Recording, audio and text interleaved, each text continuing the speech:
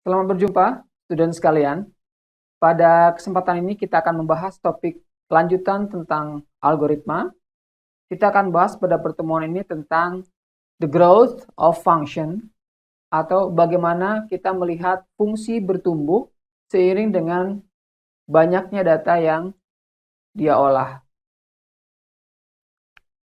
Pada pertemuan sebelumnya kita sudah membahas tentang definisi algoritma, beserta beberapa contoh algoritma untuk persoalan-persoalan searching, sorting, dan optimasi. Pada pertemuan ini kita akan bahas tentang the growth of function pada video pertama. Kemudian berikutnya, pada video berikutnya kita akan bahas tentang complexity of algorithm, melihat langsung bagaimana kompleksitas algoritma dihitung dengan menggunakan notasi pada growth of function yang kita akan bahas pada pertemuan ini. Capaian pembelajaran yang diharapkan Anda capai setelah mengikuti video pembelajaran ini adalah yang pertama, bahwa Anda mampu menjabarkan dan menjelaskan pengertian dari notasi Big O notation, ya, untuk menjelaskan karakteristik dari sebuah fungsi. Dan yang kedua tentunya adalah Anda diharapkan mampu untuk menentukan nilai Big O dari sebuah fungsi yang menerapkan pengetahuan dari Big O notation tadi. Mari kita mulai pembahasan kita tentang the growth of function. Dalam dunia computer science dan dunia matematika, sering sekali kita sangat memperhatikan tentang bagaimana sebuah fungsi itu dia bertumbuh, ya, bertumbuh seiring dengan bertambahnya data yang diolah, ya, bertambahnya input data yang diolah. Apa keuntungannya dengan mengetahui pertumbuhan dari sebuah fungsi ketika nilainya bertambah? Mungkin kalau kita bayangkan fungsi dalam X dan Y gitu ya, seiring dengan nilai X-nya bertambah, bagaimana fungsi itu bergerak naiknya dan turunnya?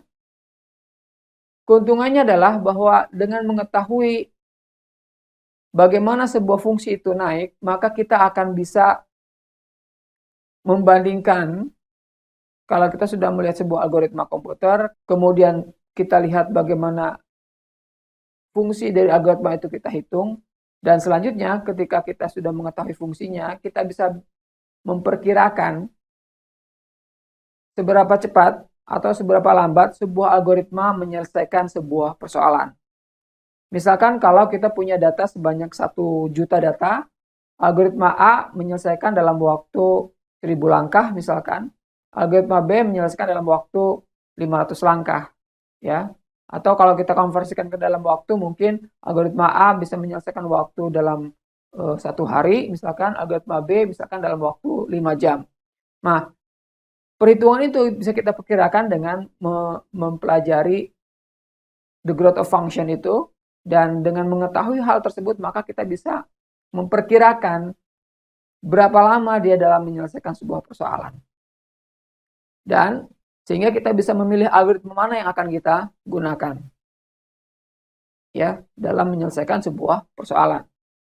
Selain itu juga kita dapat menentukan apakah sebuah algoritma yang sudah kita cari rumusnya tadi, fungsinya tadi, memungkinkan apakah dia masuk akal atau tidak untuk bisa kita terapkan. Misalkan kita punya sebuah algoritma, setelah dihitung ternyata untuk mengolah 1 juta data perlu waktu 10 hari misalkan.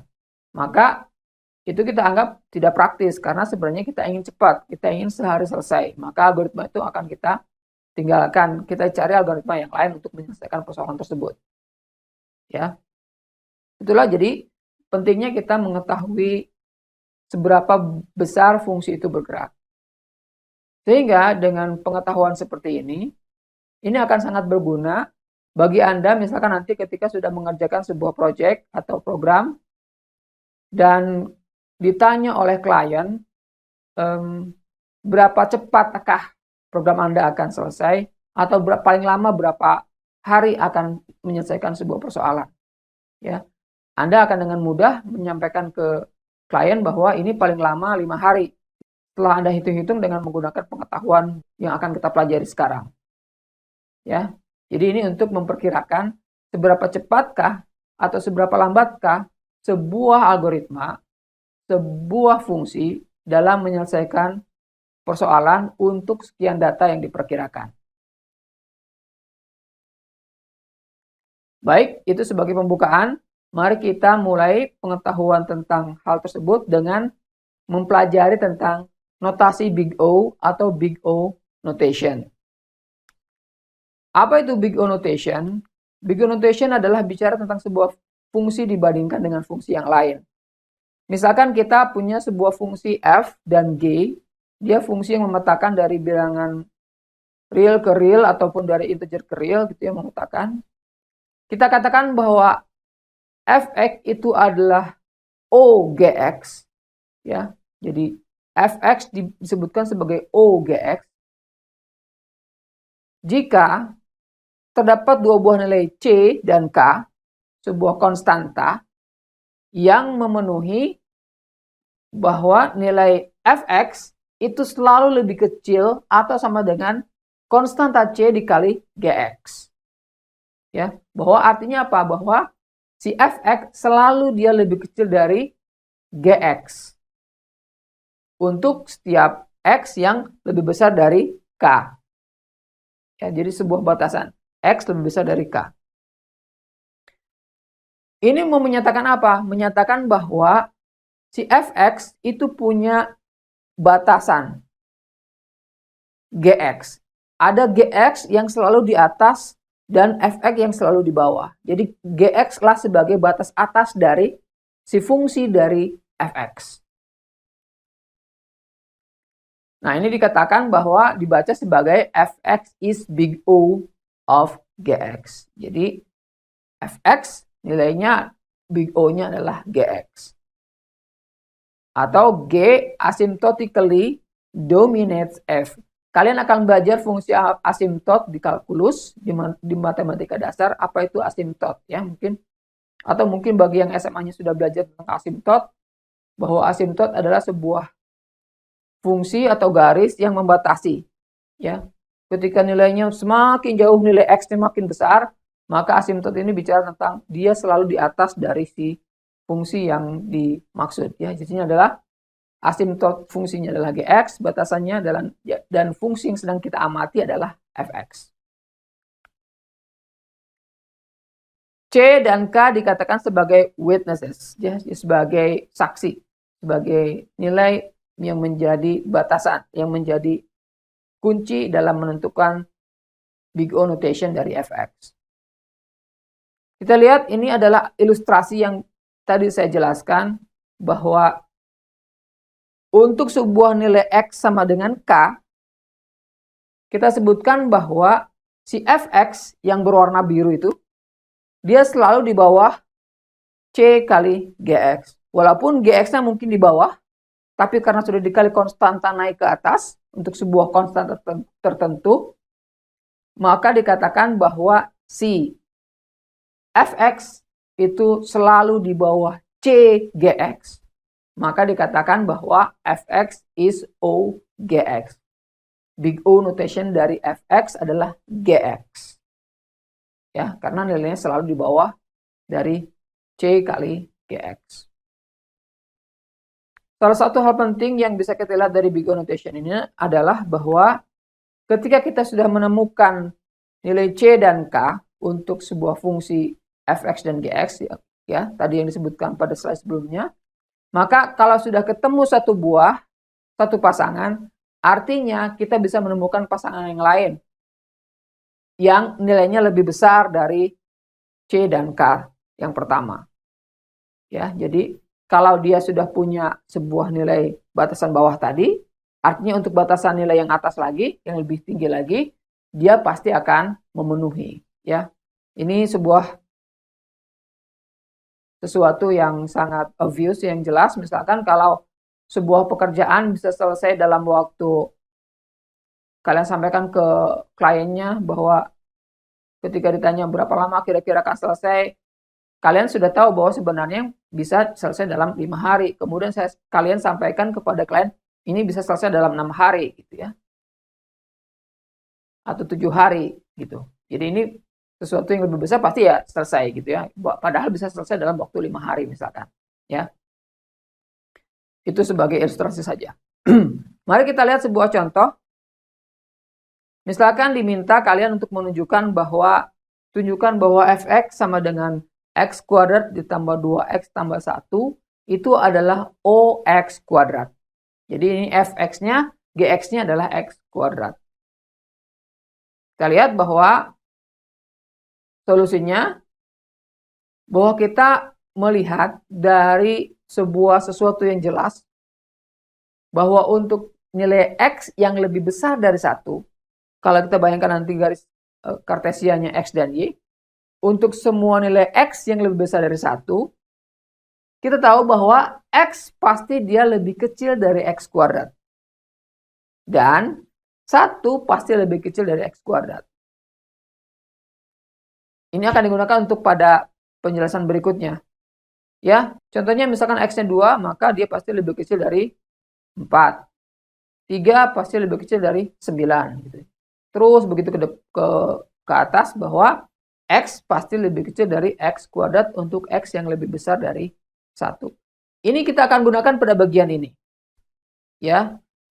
Bagian kiri ini 0 untuk x yang lebih besar dari 1 ya. Bahwa 0 lebih kecil sama dengan dari fx itu. Fx-nya kan x kuadrat tambah 2x tambah 1. Ya. Ini yang fx. Dan pasti yang kiri ini, fx itu dia akan lebih kecil atau sama dengan x kuadrat tambah 2x kuadrat ditambah x kuadrat. Ini dari mana? Dengan menggunakan nilai yang di atas tadi, bahwa x pasti lebih kecil dari x kuadrat dan 1 pasti lebih kecil dari x kuadrat. Kita gantikan x di bagian kiri dari fx dengan 1, dengan semuanya diganti dengan menggunakan x kuadrat. Dan ini pasti betul, karena dia nilainya lebih kecil, memenuhi yang syarat yang di atas. Dengan menggunakan relasi yang lebih kecil. Ya. Dengan mengganti semua menjadi x kuadrat, maka kita bisa jumlahkan menjadi 4x kuadrat di belakang. Oke. Dan artinya kita bisa mengambil C-nya sebagai batasan tadi untuk yang big O notation, C-nya 4 dan K-nya 1. Maka artinya fx pasti lebih kecil dari cx kuadrat. Dengan menggunakan notasi big O yang tadi, artinya bahwa fx adalah OX kuadrat, dengan fx-nya adalah x kuadrat tambah 2x tambah 1, dan gx-nya adalah x kuadrat. Ya, kita sudah tunjukkan bahwa fx adalah OX kuadrat. Artinya bahwa fx selalu di bawah 4x kuadrat. Kita lihat ilustrasinya seperti ini. Ini menunjukkan grafik dari x kuadrat yang bawah. Ya. Yang bawah adalah x kuadrat. Kemudian 4x kuadratnya dikalikan menjadi naik. Gitu ya. Dan dilihat bahwa untuk nilai x lebih besar dari 1 ke kanan, si fungsi fx akan selalu di bawah dari nilai 4x kuadrat. Inilah untuk menunjukkan bahwa si fx punya batasan yang selalu membatasi di atas, yaitu 4x kuadrat sebagai batasan atas dari si fungsi fx. Alternatif yang lain, kalau kita gunakan nilai x-nya 2. Ya, tadi kan setelah ketemu sebuah pasangan, kita bisa menemukan pasangan yang lain. Tadi ketemu untuk X1, sekarang kalau kita gunakan X-nya 2, untuk X yang lebih besar dari 2, kita bisa gunakan bahwa 2X itu pasti lebih kecil atau sama dengan X kuadrat. Ya, untuk X2, 2 kali 2 lebih kecil sama dengan 2 kuadrat. Sudah pasti benar. Maka bisa kita gunakan, ya, mengganti rumusnya menjadi seperti ini. 2X digantikan dengan X kuadrat langsung, sehingga penjumlahannya menjadi 3X kuadrat. Artinya kita bisa menggunakan C-nya 3 dan K-nya sekarang adalah 2. Sehingga bahwa fx akan selalu di bawah 3x kuadrat untuk nilai x-nya lebih besar dari 2. Ya, itu salah satu contoh penggunaannya dari nilai tadi pencarian pasangan dari C dan K. Bisa banyak berikutnya ke belakang. Namun biasanya yang dicari justru adalah yang paling kecil. Karena kita mencari mana yang batasan yang membatasi paling bawahnya. Berikutnya ini beberapa hal terkait fungsi, kaitan antara fx dan gx. Bahwa kalau sudah kita menemukan sebuah fungsi gx yang merupakan batasan atas dari fx, kalau kita punya fungsi lain yang lebih besar dari gx di atasnya, misalkan di sini hx, maka dikatakan bahwa si fx juga adalah ohx. Tadi kita punya x kuadrat, 4x kuadrat. Kalau kita punya fungsi di atasnya, misalkan x pangkat 3, gitu ya, mungkin ya, contohnya, maka dikatakan juga pasti si fungsinya adalah ox pangkat 3. Namun lagi bahwa tentu yang kita cari adalah bukan seperti itu, bukan di atasnya, tapi yang paling mendekati, yang membatasi si fungsi dari fx tadi itu. Berikut ini contoh kedua untuk yang Big O notation. Ini tunjukkan bahwa 7x kuadrat adalah ox pangkat 3. Walaupun bisa kita cari sebenarnya dia ox kuadrat juga, ya. Tapi dicari dengan yang lebih tinggi dari itu ox pangkat 3. Ketika x lebih besar dari 7, kita bisa memenuhi syarat ketidaksamaan yang di setelahnya itu. Bahwa ketika x lebih besar dari 7, kita bisa tahu bahwa 7x kuadrat itu lebih kecil dari x pangkat 3. Ya, untuk yang lebih besar dari 7. Maka dikatakan kita ambil C-nya 1 sekarang dan K-nya sekarang 7. Jadi di bawah itu ada nilai X-nya 7 yang diambil. Maka bisa kita tunjukkan bahwa 7x kuadrat adalah ox pangkat 3. Bagaimana untuk C7 dan K1? Apakah berlaku? Silakan Anda cek sendiri.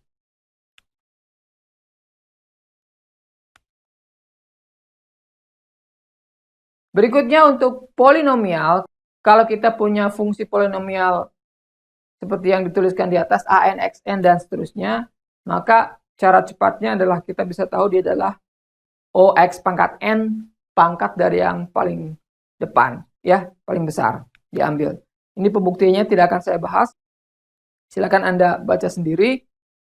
Intinya kalau punya fungsi polinomial kemudian ditanyakan berapa big O-nya, ya ambil pangkat yang paling tingginya. Kalau dia x pangkat 4, maka dia ox pangkat 4. Begitu seterusnya. Selanjutnya ini beberapa fungsi yang sering dipakai, ya, fungsi penting. Yang pertama adalah untuk mencari big O dari penjumlahan n positif pertama, ya. Ya, 1 tambah 2 sampai tambah n berapa big O notation-nya? Maka kita bisa gunakan bahwa mengganti semua bagiannya dengan n. Ya, jadi 1 tambah 2 tambah sampai tambah n itu pasti lebih kecil dari n tambah n tambah n tambah n. Sebuah kepastian, ya, lebih kecil. Artinya dia kalau kita jumlahkan n tambah n, ya n sebanyak n, maka itu adalah n kuadrat. Sehingga kita katakan bahwa penjumlahan bilangan bulat itu big O-nya adalah on kuadrat. Berikutnya untuk fungsi faktorial, ya. Faktorial 1 kali 2 kali sekian sampai kali n. Itu big O-nya berapa? Maka bisa kita gunakan hal yang sama, mengganti semuanya dengan n. Ya, n kali n kali n artinya sama dengan n pangkat n. Maka kita katakan bahwa faktorial itu adalah big O-nya adalah on pangkat n. Batasan fungsi di atasnya adalah n pangkat n. Berikut ini ilustrasi beberapa fungsi penting, ya. Bagaimana menunjukkan growth-nya, pertumbuhannya Seiring dengan meningkatnya data yang diolah, N-nya naiknya berapa ke sana. Bagaimana dilihat bahwa untuk fungsi konstan, ya, kalau fx sama dengan 5, ya konstan aja misalkan. Kemudian di atasnya ada log N, di atasnya lagi ada N, kemudian ada N log N, kemudian ada N kuadrat, kemudian ada 2 pangkat N, dan yang paling naik cepatnya adalah untuk N faktorial. Ya, ini digunakan untuk melihat sebuah fungsi dan untuk melihat sebuah algoritma. Seberapa lama dia mengolah data. Kalau datanya 10, dia berapa? Kalau N berarti dia 10 menit misalkan. Kalau algoritma yang jelek misalkan untuk mengolah 10 data dia butuh 100 menit karena dia O-nya adalah N kuadrat. Nah, itu gunanya untuk melihat seperti itu. Ya, membandingkan seberapa lama dia menyelesaikan sebuah persoalan. Ya, ini harap Anda ingat urutannya mana yang lebih rendah dan lebih tinggi untuk Big O notation. Growth of function tadi. Berikutnya ini terkait dengan satu fungsi dengan fungsi yang lain kombinasinya. Kalau dijumlahkan ya, masing-masing F1 dan F2 punya Big O, kalau dijumlahkan maka akan dicari justru Big O-nya adalah yang maksimal dari keduanya, ya. Kemudian kalau dia dua-duanya sama Big O-nya nilainya, maka penjumlahannya juga sama ya, menjadi Big O-nya sama juga untuk penjumlahan kedua buah fungsinya. Kemudian kalau dikalikan bagaimana? Maka F1, F2 perkalian fungsinya, nilai Big O-nya juga perkalian dari fungsi Big O-nya. Ya, ini sekedar pengetahuan mengenai kalau kita melihat menggabungkan antara dua buah fungsi. Baik, itu bahasan mengenai Big O notation beserta dengan contohnya. Selanjutnya saya akan singgung dengan cepat notasi yang lain yang biasa digunakan untuk merepresentasikan growth of function, yaitu Big Omega dan Big Theta. Big Omega itu berbicara tentang batas bawah. Kalau tadi Big O notation itu fungsi yang membatasi di atas, nah kalau Big Omega fungsi yang membatasi di bawah. Ya, jadi Big O untuk mengetahui paling lama berapa dalam menyelesaikan sebuah persoalan. Nah, kalau Big Omega batas bawah artinya paling cepat berapa? Ya, batas bawah dari fungsi. Dia tidak akan lebih cepat lagi dari situ. Ya, paling cepat. Jadi gunanya kalau misalkan ditanya mengerjakan proyek, paling cepat berapa lama Pak selesai? Nah, kalian bisa menghitungnya. Kalau tadi berapa lama dia selesai, kalian bisa memperkirakannya. Ini perkiraan seberapa cepat dia mengerjakan sesuatu untuk sebuah data. Itu Big Omega. Jadi batasan bawah untuk Big Omega, lihat tandanya berubah menjadi bahwa GX-nya sekarang Fx lebih besar sama dengan C kali GX. Jadi GX-nya sekarang adalah batasan bawah. Ya, Big Omega. Jadi Big O adalah upper bound, Big Omega adalah lower bound. Selanjutnya untuk Big Theta, ini bicara tentang gabungan antara batas bawah dengan batas atas. Jadi kalau kita punya sebuah fungsi fx yang sedang diamati, kita mengamati batas bawahnya di mana dan batas atasnya di mana. Jadi gabungan antara Big O dengan Big Omega adalah Big Theta. Rata-rata di mana dia? Band batasannya. Begitu ya. Jadi itu ulasan cepat mengenai Big Omega dan Big Theta. Tapi biasanya orang akan menggunakan Big O notation karena bicara tentang seberapa lama yang di batasan atasnya yang diperhatikan. Baik, ini adalah resume dari video kita kali ini. Tadi kita sudah membahas mengenai definisi growth of function, membahas tentang Big O notation dan contohnya. Kemudian di akhir saya sudah singgung dengan cepat mengenai Big Omega dan Big Theta. Silakan Anda lihat contohnya di buku ya untuk bisa memahaminya lebih lanjut.